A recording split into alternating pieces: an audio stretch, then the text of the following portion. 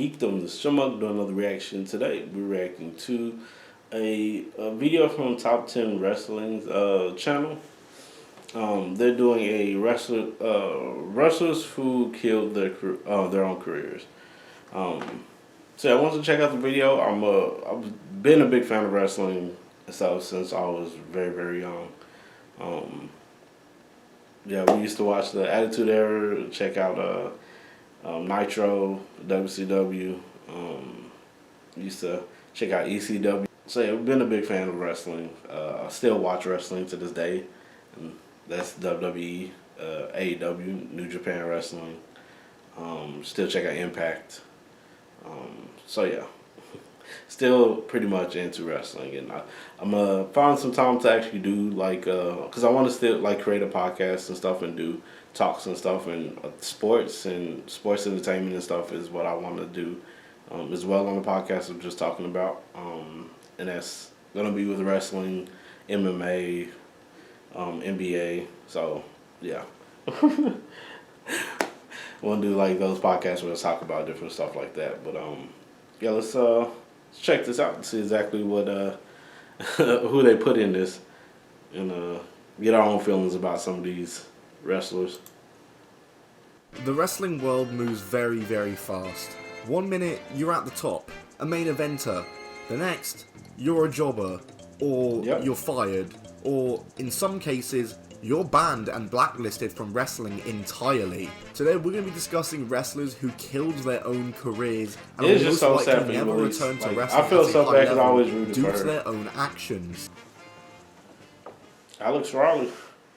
I don't know what to say about In 2007, Kevin Kiley signed a developmental contract with the WWE and would report to their developmental territory, Florida Championship Wrestling, or FCW. He originally started using the ring name of Kevin Kiley, his real name, but in September 2008 he would change his ring name to Carson Oakley. He started teaming with Scotty Goldman, aka Colt Cabana, who challenged the Hart Dynasty for the Florida Tag Team Championship in November unsuccessfully. And then in early December, he would go through another rebrand and another name change, now calling himself Alex Riley, and playing the gimmick of a college football jock.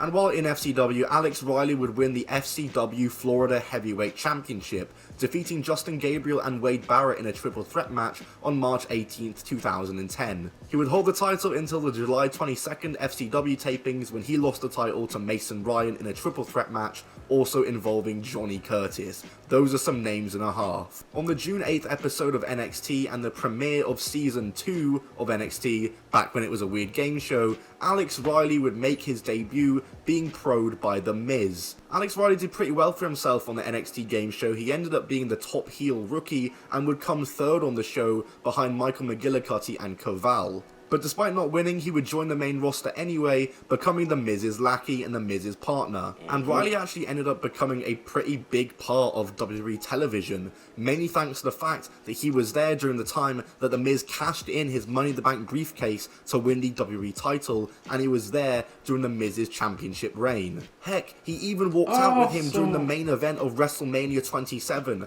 Alex Riley was involved in the main event of WrestleMania. On the May 23rd episode of Raw though, The Miz and Alex Riley's alliance came to an end. This was following The Miz losing the WWE Championship and blaming it on Alex Riley, causing Riley to attack him and turn face in the process. The feud would blow off at Capital Punishment 2011, remember that show, with Riley defeating The Miz clean. So yeah, Alex Riley had just defeated the guy that was just WWE Champion clean.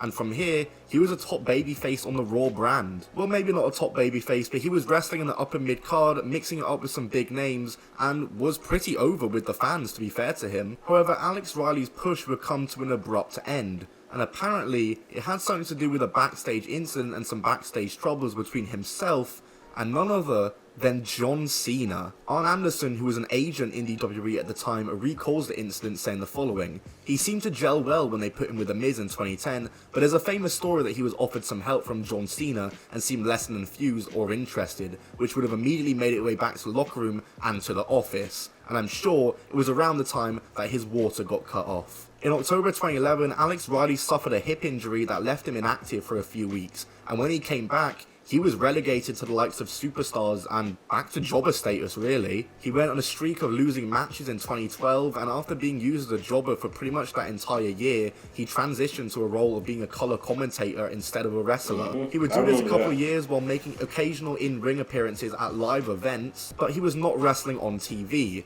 until 2015, when Alex Riley would make his return as an in-ring competitor. It was a storyline that saw him being harassed on commentary by NXT champion Kevin Owens, and he would return to wrestling and would get some wins over the likes of CJ Parker and some other jobbers on the NXT roster, until Kevin Owens and him had matches and Kevin Owens flatlined him and squashed him. And despite the fact he was losing to Kevin Owens, he was still in a good position here. He was doing well for himself back in NXT, but then on May 1st, 2015, it was announced that Alex Riley would be undergoing surgery to fix the degenerative arthritis in his knee. He made his return to NXT 8 months later in a winning effort against Bull Dempsey and turning heel in the process, but then after this he was straight back to losing and being a jobber again, and then he was released from the company on May 6th, 2016. After his release, Riley went inactive in wrestling. He actually got an acting role in the show Glow, but he has made his return to wrestling and is now working for the NWA, going under the name of the Rare Breed Kevin Kiley. Oh, and of course, who can forget Push Rage? My god, what an incredible moment that was. Nails.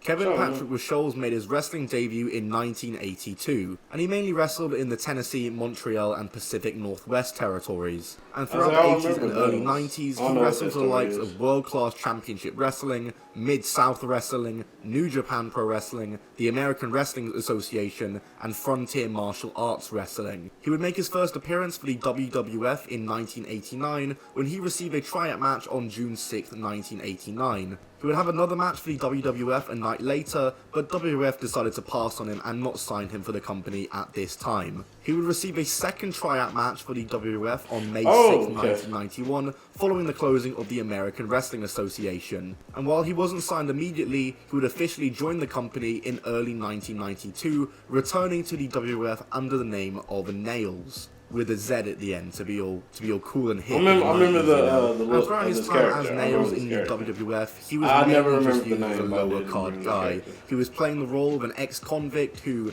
in his promos, would allege that he was abused by Big Boss Man, who was a former prison guard during his incarceration. And while he was only used as a jobber in the WWF, Nails still had some programs with Sergeant Slaughter, Big Boss Man, The Undertaker, The Ultimate Warrior, and even had a few matches against the WWF champion at the time, Bret Hart. However, in December of 1992, he was released from his WWF contract after an incident in which he attacked Vince McMahon in his office. Bret Hart recalls the incident in his autobiography, and apparently the entire thing came from a financial dispute. Supposedly, Nails cornered Vince in his office and screamed at him for 15 minutes, and says that while he was just down the hall from the office, he heard a loud crash, which was the sound of Nails knocking Vince over his chair and choking him out. This led to a series of lawsuits between Nails and the WWF, with Nails alleging that he had been supplied steroids by Vince McMahon, and he also filed a wrongful termination lawsuit claiming McMahon had sexually assaulted him. The WWF would file a counterclaim against Nails, but both suits were later dropped. And seemingly he just disappeared from the wrestling industry following his filing. He would definitely have to. The only record of any match I can find from Nails is on Cage Match from the 25th of August 2001 at an independent wrestling show where he was defeated by Matt Burns. This was seemingly his last ever wrestling match. Ivelisse. Lord Jesus. I had so much. Velez began training to be a wrestler at age 15 in Puerto Rico, debuting in the World Wrestling Council in the year of 2004. In March of 2011, Ivelisse Velez was announced as one of the 14 contestants for the 5th season of WWE Tough Enough. She came 7th in the show after she was forced to withdraw from injury. Up until that point, Ivelisse had not been included in the bottom 3 for any of the episodes and had been doing pretty well in the series. But despite not winning, Ivelisse was signed by the WWE in November 11th, 2011 and assigned to FCW, where she would debut under the name of Sophia Cortez. And when FCW rebranded to NXT, she was there as well. She made her NXT TV debut on the July 4th episode of NXT on 2012, defeating Paige of all people on her debut. She even wrestled main roster member Natalya on the July 25th episode of NXT. But then in August of 2012, she announced that she'd been released from her contract. She claimed she was released because she was one of the first people to talk about Bill DeMott's misconduct and reported it to the office. And following her release, Ivelisse would become a stalwart and a workhorse of the independent scene, wrestling for numerous companies throughout America and the world. She wrestled for TNA, AAA, Shine, various independent wrestling promotions, and of course, in 2014, she debuted for Lucha Underground. And Ivelisse had a very successful career in Lucha Underground. She was a two-time Trios champion after teaming up with Angelico and Son of Havoc, and had overall a really great career in the company. However, something that had irked Ivelisse her entire career was her backstage attitude, and it's something that really halted her career and hurt her prospects, and that especially came into play in All Elite Wrestling. Ivelisse debuted for AEW in 2019 and was eventually signed to a contract for the company. She actually had a bit of early success as she was part of the Women's Tag Team Cup in 2020, where her and Diamante were the winners of the tournament. I'm pulling for Diamante. And Diamante defeated the Diamante Nightmare Sisters on the August 22, she needs more shine as far as AEW, but AEW September 11th, for women 2020 just episode sucks. of AEW Dynamite,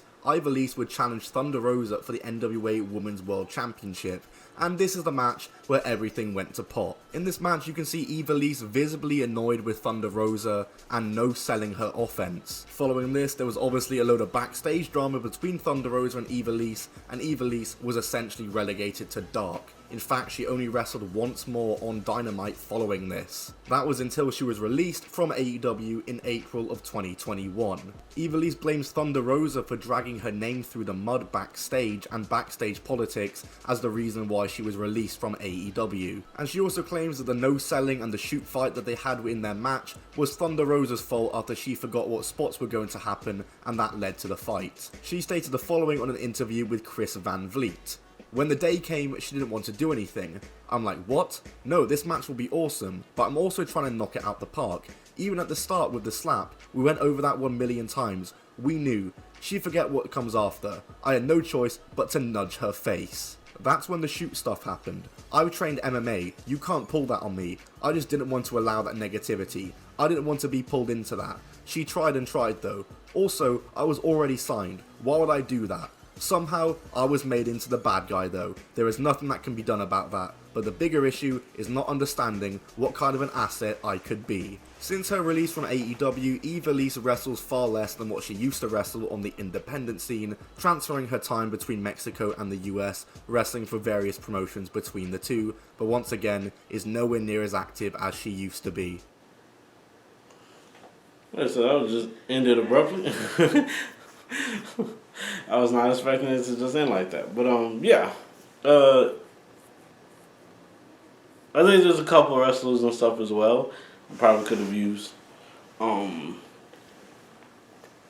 But some is just, they dealt a hard card. Ivelisse, I was surprised because I thought Whatchcall was going to be on this list.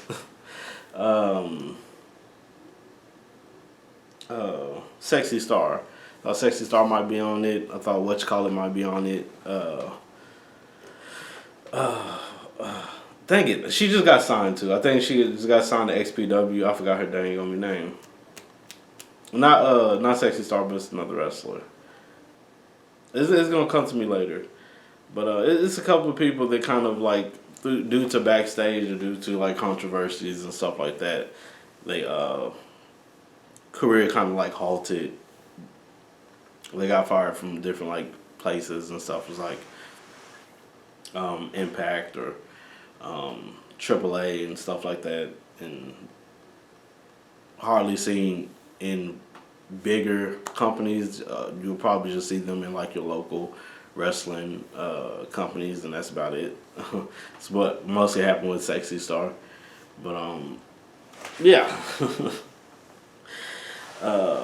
It's a couple wrestlers. There's a couple wrestlers that could have been on this list. But it wasn't bad. But yeah, Evilise is one person I used to just root for so heavily just because I was like, I felt like she was just dealt a bad card. And then the thing with AEW happened, and I was like, the one who seems like that they are ruining the matches, you Evilise, you got to see that. You're the one who seemed like you're ruining the match. And it's like you could have just sucked it up and just continued. Even though you were annoyed, and even if Thunder Rosa had forgotten moves, stuff like that, you still should remain professional. Try to call out as much as you can, even if she's not cooperating. It's the thing is just not to get frustrated with and just continue to just go, just continue to just go with it, and then talk to the person backstage once you're finished, and then you can talk to whoever else backstage about what happened later on. But just take the pin. But from whatever moves, let the match just end, and just continue on. Like it shouldn't have been that big of a deal. It shouldn't have been that big of a deal. But I was like, man, I definitely had the Tyra Banks moment when I was watching that. I definitely was. I was like, man, but yeah, this wasn't a bad list. It was all right. But let me know what y'all think about this in the comments below. If you like this video, please put a like on the video. If you like, subscribe. See some more of my videos, please do. Thank you all so much for jumping on and giving me a try. I really do appreciate it. Please do take care of yourselves and each other. Peace, geekdom.